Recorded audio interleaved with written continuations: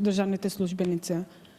Министерот за информатичко општество и администрација Дамјан Манчевски ја обвини опозицијата дека со месеци го блокира усвојувањето на законот за аудио и аудиовизуелни медиумски услуги и со ова темпо законот би бил усвоен дури по 2,5 години. Веќе 4 месеци опозицијата со бескрајни дебати по однос на поднесените амандмани го кочи усвојувањето на законот за аудио и аудиовизуелни медиумски услуги. Се одржаа само 6 седници на Комисијата за транспорт и врски, на кој што успеавме да поминеме само 7 амандмани, а ни остануваат уште 67. Со оваа динамика, законот ќе биде усвоен за 2,5 години од сега.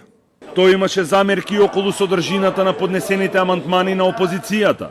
Пратениците на ВМРО ДПМН се против јавна расправа, односно јавно представување на кандидатите за членови на Програмскиот совет на МРТВ и на Советот на Агенцијата за аудио и аудиовизуелни медиумски услуги.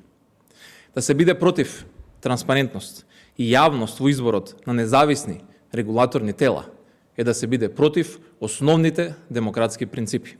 Според Манчевски, тоа се должи на фактот што голем дел од членовите на советите на македонската телевизија и агенцијата се партиски функционери од опозицијата.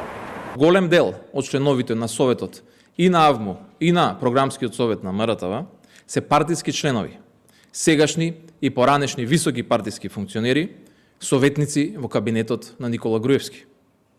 Во овие тела владее непотизам и партизираност под сите критериуми и меѓународни стандарди.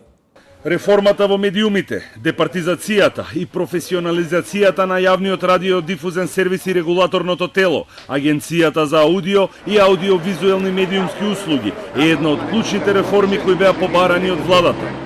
Суштинските измени се однесуваат на изборот на управните тела и директори на македонската радиотелевизија и на агенцијата. Законот за медиуми требаше да биде донесен минатата година, но неговото носење константно се пролонгира поради односот на опозицијата кој е на штета на националните медиуми.